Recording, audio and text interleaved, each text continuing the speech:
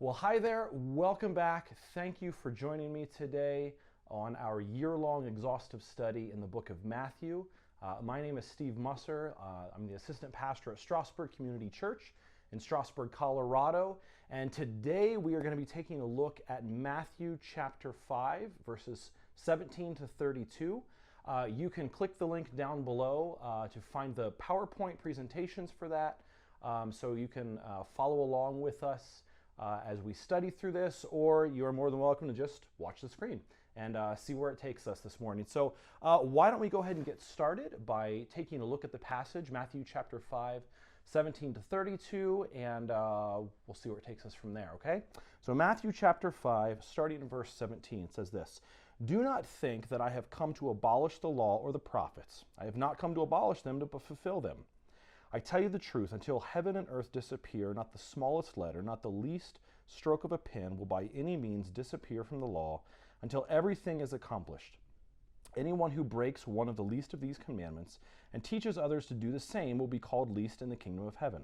But whoever practices and teaches these commands will be called great in the kingdom of heaven. For I tell you that unless your righteousness surpasses that of the Pharisees and the teachers of the law, you will certainly not enter the kingdom of heaven." Verse 21, "You have heard that it was said to the people long ago, 'Do not murder, and anyone who murders will be subject to judgment.' But I tell you that anyone who is angry with his brother will be subject to judgment. Again, anyone who says to his brother, 'Raca,' is answerable to the Sanhedrin, but anyone who says, 'You fool,' will be in danger of the fire of hell. Therefore, if you are offering your gift at the altar and there remember that your brother has something against you, leave your gift there in front of the altar. First go and be reconciled to your brother, then come and offer your gift. Settle matters quickly with your adversary who is taking you to court.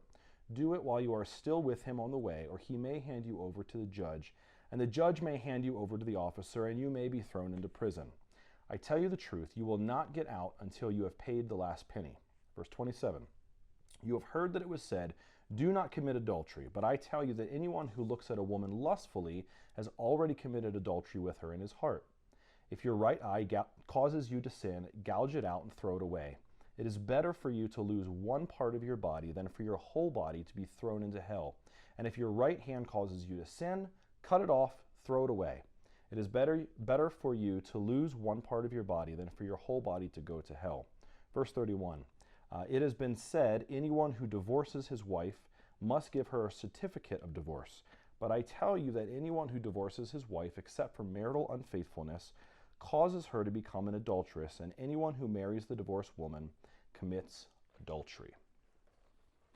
So that is our reading for today, Matthew 5, 17 to 32. And just a little bit of a refresher from our previous lesson. We are in the Sermon on the Mount, right? Matthew chapter 5 is where Jesus is talking about his kingdom. He's talking about what it looks like, what it means to be a Christ follower. He is talking about what kingdom ethics look like.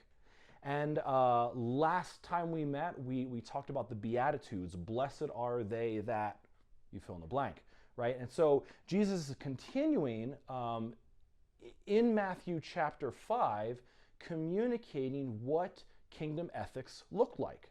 And if you want to know more about kingdom ethics, then check out our last time we met and we talked about kingdom ethics. But in this passage, Jesus is starting to get a little bit more personal, right? The rest of chapter 5, Jesus is starting to get a little more personal because he's starting to talk about relationships and our relationship with other people.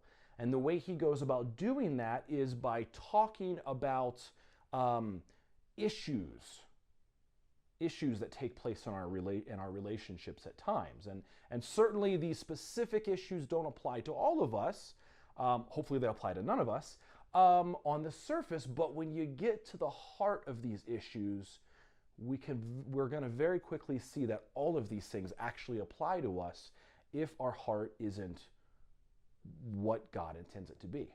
Okay? So in this passage here that we're in today, Jesus talks about three specific things: the heart of murder, the heart of adultery, and the heart of divorce. Okay? And where do these things come from? But Jesus starts off first in verse 17 through 20 talking about the law and the fact that he, Jesus Christ, is the fulfillment of the law. And we know that the law was what the nation of Israel followed at that time, looking back into the Old Testament, although certainly they didn't call it the Old Testament at that time. That's, we call it that now. But it was the law. It was the law of Moses and the prophets, and looking back to what previous followers of Yahweh talked about. And one of the things Jesus talks about is the fact that he is the fulfillment of the law. He didn't come to abolish the law or get rid of it to set it aside, but rather he says that I am the fulfillment of the law. Now, what does Jesus mean by that? Well, what was taking place at that time is that there was a culture of legalism that existed, predominantly coming from the religious leaders and the Pharisees. This religious legalism that basically said that you need to follow the law a very specific way, because when you don't, you don't honor God, right? And to a degree, that's certainly true. I mean, we would agree with that if you don't follow what God says, then you're not honoring him. And so we need to, as Christ followers even today, make sure that we're following what God says, what Jesus says. But this legalism that the religious leaders had established was all done, probably not intentionally at first, but as time went on, to protect the people, right? We got to remember why the Pharisees started. The Pharisees were established during the Second Temple period when the Jews were coming back from exile, from captivity. The priestly line was trying to reestablish itself. Captivity, there were things that were kind of lost. And so there were a group of people, and we've talked about this before in previous lessons, but there were a group of people who said, wait, we got to do something about this. We got to make sure that as we are coming back into Jerusalem, into the nation of Israel, into the promised land, that we are following Yahweh the way that we are supposed to. And what they saw was the priests and the leaders and the other religious leaders were not doing it right, okay? At least not according to what they said. So they developed this group called the Pharisees to ensure that people followed the law and the prophets properly, at least according to them. I assume that when they first started, they certainly had the best of intentions and they did what was right in the eyes of God. But as all things happen, unfortunately, as time progresses, we start to remove ourselves from our original intent, and that's exactly what happened with the Pharisees. And as time progressed, they started to replace God's law with their own law to suit their own needs, to suit the people's needs, whatever. But the laws they started to set up started to not honor God. And what it created was a culture of legalism. And that's the source of it, right? That's where we get this legalism from. So what does Jesus say about legalism? What does Jesus do about legalism? Well, in the rest of chapter 5, we're going to see as we move on that Jesus addresses this legalism because they were taking the words of the law but completely missing the heart of it. And that's what we got to get to. But before we do that, let's talk about legalism for a second. What do we mean when we talk about legalism? Well, when we talk about legalism, there are three ways that we can define legalism, okay? The first type of legalism we can define is the check in the box type of legalism, right? It's following God and obeying the rules simply because that's what you're supposed to do, right? God says it, I'm going to do it, and there really isn't anything much to it, okay? Now, is it wrong to follow what God says to do? No, absolutely not. But if we're just doing it to just check off the box, read my Bible, okay, done. Pray, done. Go to church, done. Did it, right? I did those things, I got them off my plate, I'm done, right? If we're only doing them just so we can check them off the box, we're missing the heart of it. And that's legalism. That's check in the box legalism.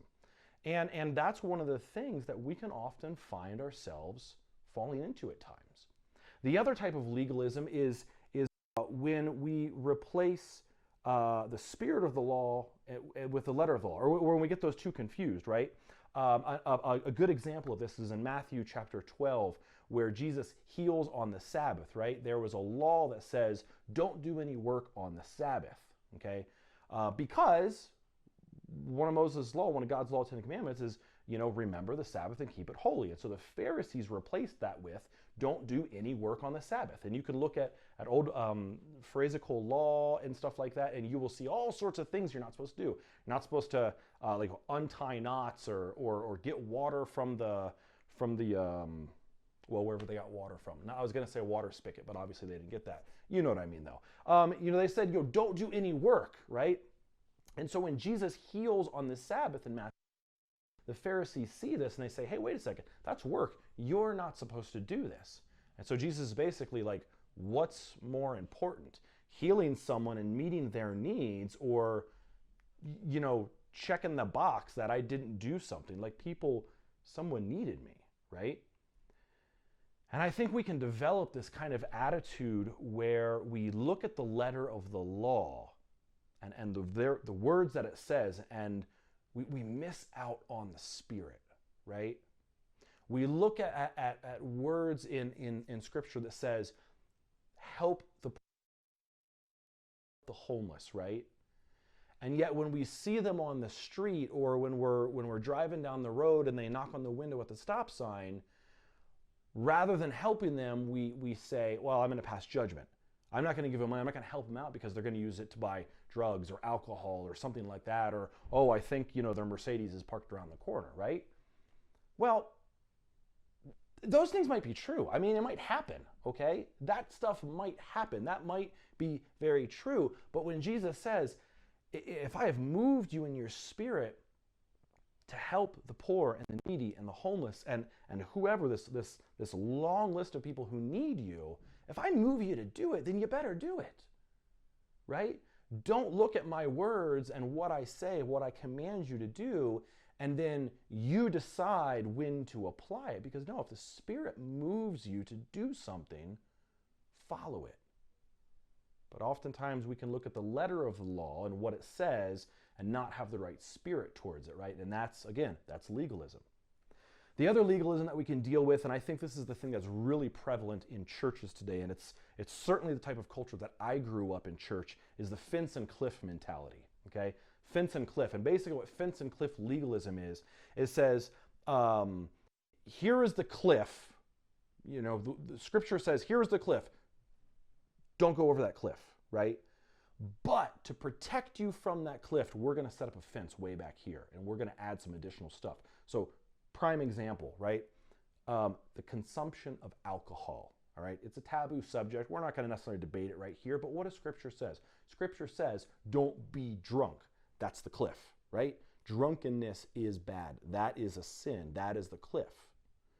But then you have churches and people that say, you know what, we're going to set up a fence and say all alcohol is bad. The consumption of all alcohol of any kind for any reason is bad.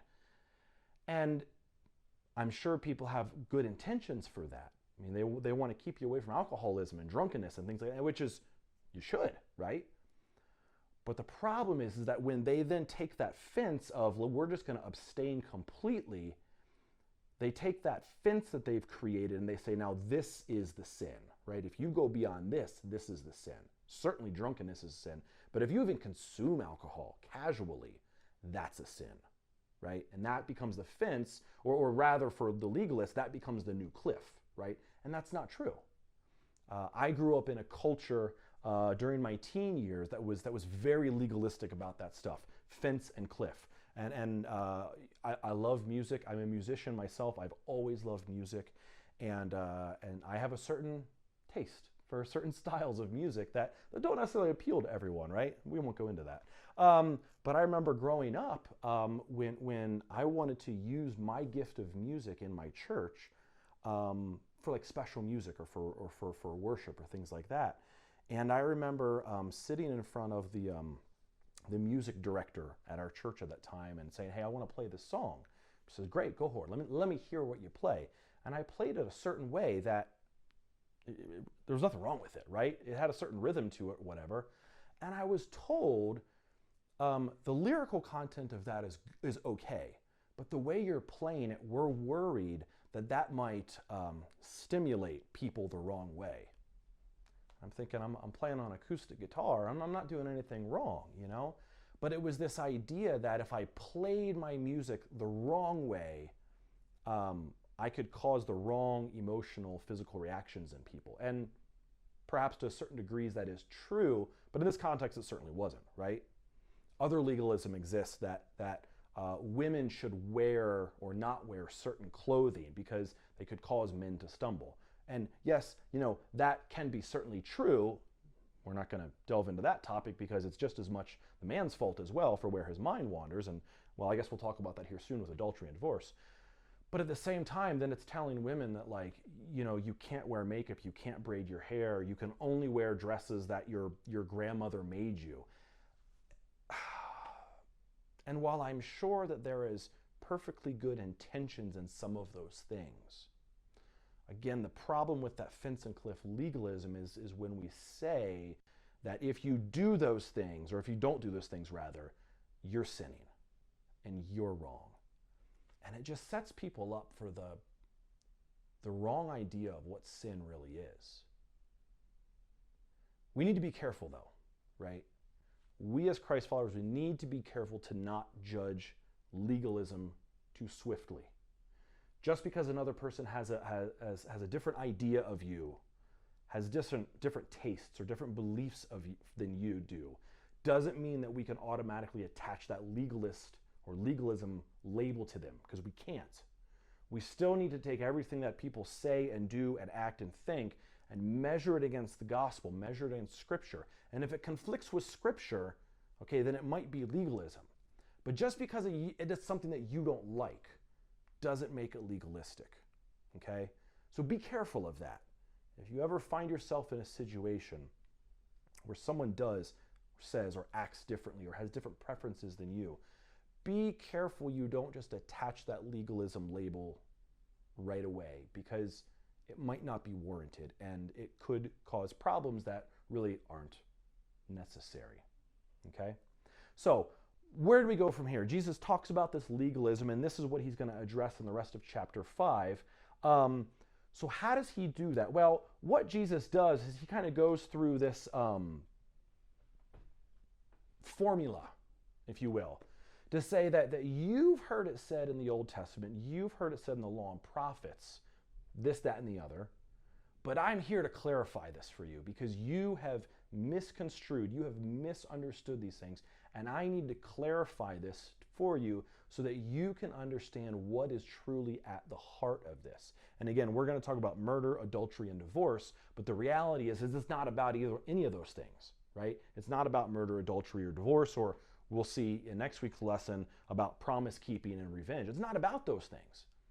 It's about what's in our heart, okay? So Jesus wants to get to the heart of the matter. And we got to understand the context and the content of our hearts. And Scripture tells us, Jeremiah 17:9, the heart is deceitful above all things. Who can trust it? Proverbs 4:23, guard your heart, for it's the wellspring of life. And then in Matthew 15:19, out of the heart come evil thoughts, murder, adultery, sexual immorality, theft, false testimony, slander. And it goes on and on. And Jesus is basically saying, in these passages, that we got to be careful about where our heart is.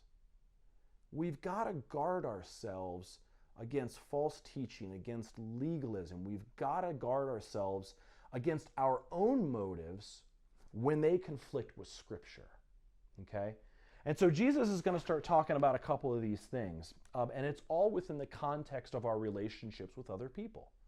What is at the heart of our relationships with other people? So 3 things he's going to talk about: murder, adultery, and divorce. And then in next week's lesson, we'll cover some other things, okay? So let's get to the first one. Let's get to the heart of murder, okay? You have heard it said, verse 21, you have heard it said long ago, do not murder, okay? That's a statement we can all agree with. All right? If you can't agree with that statement, there's an issue, okay? Do not murder. It is wrong to murder people, okay? Now, we're not going to go into the difference between murder and killing and what is justifiable and is anything else, you know, we're not going to talk about that. That's not for here for this lesson, but we are going to talk about what's at the heart of murder, okay? One of the things that Jesus says is that anyone who says to his brother, Raka, is answerable to the Sanhedrin. I'm sure that's a word that we use all the time, right? Raka. What does that mean? What does that word Raka mean? Well, Raka is a word, we don't use it anymore, right? It doesn't really translate into the English language very well, but the best that we can translate that or understand that word Raka is that Raka is an attitude of disgust and contempt for another person. An attitude of disgust or contempt for another person. What this is saying is that at the heart of murder, taking someone's life, it's predicated by this Raka, this attitude of disgust and contempt for another person, okay? What Jesus is doing here when he talks about murder is he's addressing the anger that someone else has in their heart towards another person. He's saying that we should be so concerned with how we've impacted someone else that even if we did no wrong, we need to go to them and seek reconciliation and restoration. And I'm sure we've all been in these types of situations where someone does or says something wrong to us, right? And we decide to not deal with it. And what happens? It festers, right? It grows. That discontentment, that anger, that frustration, that hatred, that disgust, that contempt, that Raka grows in our hearts if we don't take care of it. And Jesus is saying, like, this is where it starts. Very rarely does anyone just wake up one day and say, I'm going to murder someone, right? It doesn't happen. That happens when people allow their attitudes to go unchecked.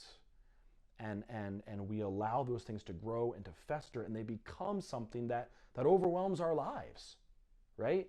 That it becomes something that we can't control. And so Jesus says, look, at the heart of murder is your attitude and your emotions towards someone else. This Raka, this attitude of disgust and contempt for other people, and you've got to get that in check. Because if you don't take care of it, it could lead you down paths that you don't want to go down, paths that you never thought you were capable of. Very rarely does anyone that ever commits a murder say, oh yeah, I totally saw this coming, like this is exactly where I was heading, right? No, like it starts small and it grows. And if as Christ followers we don't take care of that stuff, we don't deal with those emotions and attitudes, it's going to grow somewhere that it shouldn't. So what else does Jesus say in here? He says in verse 23 that we have a responsibility as Christ followers within the context of communal worship. Okay? Verse 23, therefore, if you are offering your gift at the altar and there remember that your brother has something against you, leave your gift there in front of the altar. Go and be reconciled to your brother and then come back to offer your gift. What Jesus is saying here is that these types of attitudes disrupt communal worship. This is the worship that we engage in on a Sunday morning or a Saturday night, whatever your church family does, right? But when we come into the house, we got to do that with the right attitude, with the right heart. Because if we don't, it gets in the way of what God is trying to teach us, and it creates this barrier, this block to being able to really grasp and understand what God is trying to do in our heart and how he's trying to transform us. And so what Jesus is saying here is maybe you're not the problem, okay?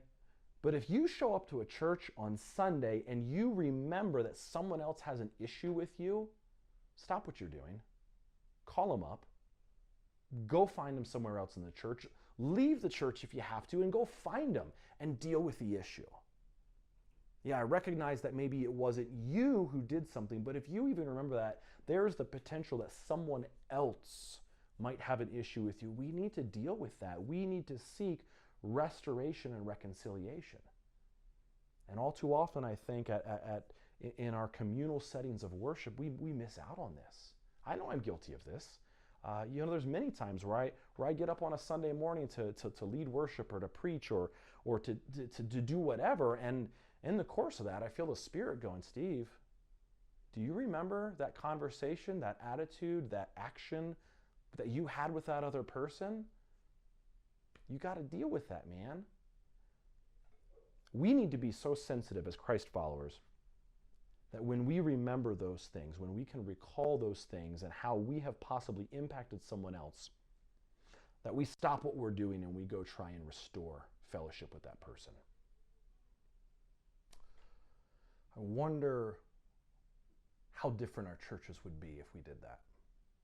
If we took more time to seek that restoration and reconciliation with our brothers and sisters. I have a feeling that we would see our churches become more vibrant and more alive, and our relationships with God and with other people would really, truly thrive if we got to the heart of the matter and dealt with issues and dealt with problems and loved people the way Christ loved them. I'm going to issue a challenge right now. If this is speaking to you right now, like literally while you're watching, this is speaking to your heart and you're thinking in your mind, boy, there is someone I need to deal with. Do me a favor. Pause this. I'll still be here. And then after you've dealt with it, come back and leave us a comment below.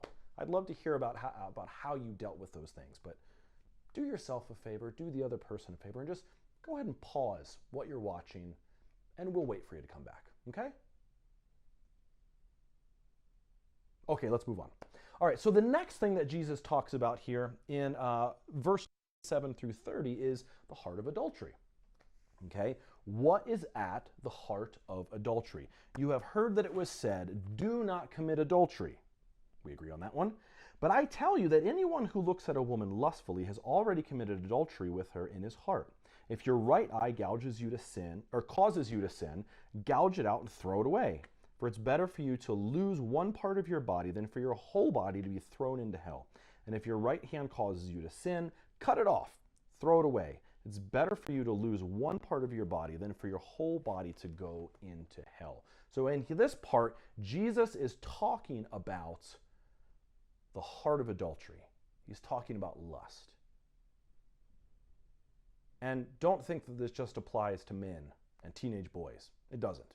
It applies to all of us. We all struggle with this. Male, female, young, old, doesn't matter. Lust is something we all wrestle with. So how does Jesus say that we should deal with this? Well, one of the things that Jesus does is addresses a prominent thought, right?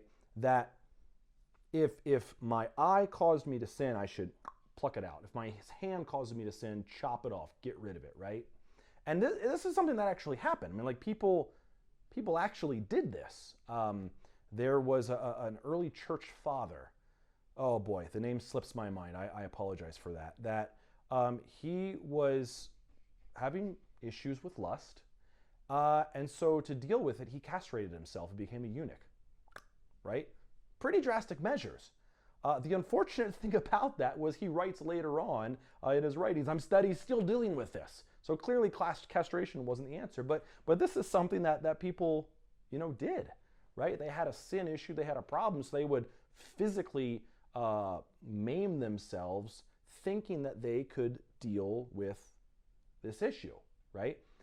But Jesus is certainly not suggesting that people should gouge out their eyes or cut off their hands, but rather he's using it as an illustration to say that, look, even if you gouge out your eye or cut off your hand or castrate yourself, right, you still got another hand. You still got another eye, right, that can cause you to sin. So there's got to be something else at the heart of this that needs to be dealt with.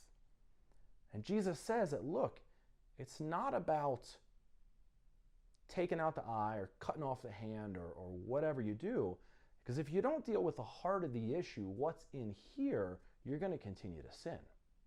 So when Jesus talks about adultery and lust, he says, look, it starts in here. It starts in here. The heart and the mind is where this stuff comes from. And we've got to get a hold of this. Because if we don't, especially for the married folks, it's going to lead you down a path you don't want to go. It's going to lead you down a path of discontentment and dissatisfaction. It's going to cause your mind to wander, and you're going to start investing in emotional and perhaps even physical relationships with someone else that you got no business being with. But the Pharisees would justify it, and they would say, well, I didn't actually commit adultery. I didn't actually have sex with someone else, right? So I'm okay. And Jesus says, no. Like, just because you didn't commit the act doesn't mean you didn't commit adultery. Jesus says, if you've looked at someone else lustfully, you've already committed adultery.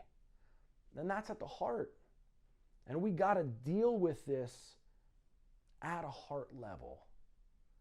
I love what it says in 2 Corinthians 10:5. It's one of my favorite passages in Scripture. Paul says that we need to take captive every thought and make it obedient to Christ. That when the thoughts come in your mind of lust or things that are inappropriate, even if it's not sexual, even if it's just, you're upset with someone, right? You're dissatisfied with someone, you're angry with someone. Paul says, take those thoughts captive and make them obedient to Jesus. And so when those things enter into our mind, we got to say, no, like I'm not going to let this grow. I'm not going to let my thought life wander and lead me down a path that I don't have any business going down. It's an issue of the body, or it's not just an issue of the body, but of the mind and of the heart. And friends, I want to encourage you that if you are wrestling with impure thoughts, lustful thoughts towards anybody, you got to deal with that stuff because it's dangerous. And let me just really quickly speak specifically to those of you who are married. If this is an issue in your marriage, deal with it. Like immediately. Don't let it go. Spouses, if you know that your spouse is wrestling with lust and even pornography, don't ignore it. Like, address it right away. Go to them in love and in grace and in mercy and address it and say, look, I know you're dealing with this, but we gotta make this right, because if we don't, it's gonna ruin our marriage. This stuff tears marriages apart, and I've sat across the seat from so many people where the marriage is just crumbling, and a lot of it has to do with pornography and lust, and unfortunately even adulterous affairs and things like that. And a lot of it, I've talked to people and they say, well, I knew it was going on, but I didn't think it was a problem. I thought we could control it. I thought we could get it under wraps. And I'm here to tell you from watching people go through this that you can't. You're not going to just get a hold of it. You're not going to be able to corral it and handle it. You got to address it. So friends, my married friends, married couples, whether you've been married for 1 year or 50 years or whatever, like if this stuff is existing in your marriage, I implore you, deal with it. Address it. Get to counseling. Find a pastor. Find someone you can trust and love that is gonna walk you through this process so you can be released from these sins, because they will just ruin things for you. So the next thing that Jesus talks about, and we'll wrap up with this section here in 31 through 32, is divorce. Okay? Now, before I say anything else, we're not going to talk about divorce today. Okay? Because again, like I said earlier, this passage is not about divorce specifically. We will deal with the topic of divorce when we get to chapter 19, and we will deal with it extensively, because chapter 19 is all about divorce and what that looks like. So we are not with divorce at this point. But what we're going to deal with is the heart of divorce. Okay? What is at the heart of divorce? Well, all of these things we talked about, murder and adultery, lead up to it. You say, well, how does murder and adultery lead to divorce? Especially, how does murder lead to divorce? Because if I already killed my spouse, I can't divorce him. Whatever. What it is Jesus is talking about the heart, right? What is at the heart of divorce? Well, at the heart of divorce are all these other things. Anger, dissatisfaction, lust, a thought life that runs rampant. And Jesus is saying, look, we got to deal with this. And for you married couples out there, if you don't deal with these emotions, these issues, it could possibly lead you to divorce. And we know that divorce is not God's intention for husbands and wives. When in Genesis 1:24 it says that a man and a woman will leave their parents and be joined to one another, God is saying that marriage is forever. Divorce is not an option. It should not be an option that we ever consider. But what leads us to a path where we might consider it is when we don't get our emotions and our feelings and our thought life and our issues in check. So again, I implore you, married couples today, that if there are issues in your marriage, if you guys find yourself fighting a little bit more than normal lately, that you are avoiding each other a little bit more normally than lately, like, deal with it. Maybe it's something small. Maybe it's really insignificant. But I tell you, if you don't deal with those insignificant things, they grow into something that is significant. And Jesus is saying, look, you got to get to the heart of these matters. You got to deal with this stuff before it grows into something that you can't control, before it leads you down a path that you don't want to go down, which could potentially lead you into a situation of divorce or separation. And that is not what God desires. So how do all these things tie together? How does all this stuff tie together? Well, it's pretty simple, right? We see on kind of like a sliding scale that, Jesus talks about murder and adultery and divorce, and then next time we meet, we'll talk about promises and revenge, right? But it's a progression. It's not one of these things that says, well, we pick and choose to do one of these the wrong way, but not the others. No, Jesus is saying, like, if we don't get a hold of things, it could lead us down all of these. And it starts with possibly having too much anger in your heart, or a thought life that runs rampant, or you're dissatisfied with your spouse or your partner or your friends, and you make promises that you don't actually keep, and it leads you to revenge. And again, we're going to talk to you about these next time we meet. But if we don't get all of these things in check, take care of the anger, address the thought life, address the dissatisfaction in our relationships with other people, whether they're friends or they're our spouse or they're someone else, it could lead to these things. And all of Matthew chapter 5 is about our relationship with other people and what's at the heart of that relationship, and the fact that if we don't get it in check, it's going to ruin us. There's a famous philosopher, you could possibly even call him a theologian, that once said, fear is the path to the dark side, because fear leads to anger, anger leads to hate, hate leads to suffering. Right? Yoda, God, okay, Star Wars, Yoda. Right? And it's true. I mean, it's true that is a path of sin that leads us to a dark place in life. And if we don't get the fear in check, it leads to anger, and the anger leads to hate, and hate leads to suffering or causing suffering in other people. And it's the same thing that Jesus is addressing here in Matthew chapter 5. You got to deal with these issues, because if you don't deal with these issues, it could lead to one or all or many of these. So again, I implore you today, what's in your heart? What are the issues that you are dealing with in your heart? Because if you don't deal with them, they're going to lead you somewhere you don't want to go. Okay? So again, Jesus gets to the heart of the matter, addressing the fact that our heart is deceitful, addressing the fact that if we don't get the heart in check, it could lead to these things that it talks about in Matthew 15:19. So what's the application in all this? How do we apply this to our lives? How do we take these things in Matthew chapter 5 and cause us to be the Christ followers that Jesus desires? Well, let me just ask you a couple of questions, okay? First off, is legalism stopping you from a more full relationship with the Lord? Is your conception of vain religiosity, because that's what it is, getting in the way of experiencing Jesus in the most full way possible, right? Is following Jesus just a check in the box for you each week, for each day? Is setting up those fences in places that they don't belong biblically, stopping you from experiencing the love of Christ in a more full way that grows your relationship? The second question, we've asked it numerous times already, what's in your heart? what is in here, right? What is your motivation? What is the impetus for you following Jesus? Again, is it legalism or is it something else? Are you truly motivated by the love of Jesus Christ, laying down his life for you on the cross, being raised up the third day, and taking that gospel message? Is that what's in your heart? You take that gospel message to bring it to other people so that they can experience the joy and the completeness and the shalom that is also in your life. What's in your heart?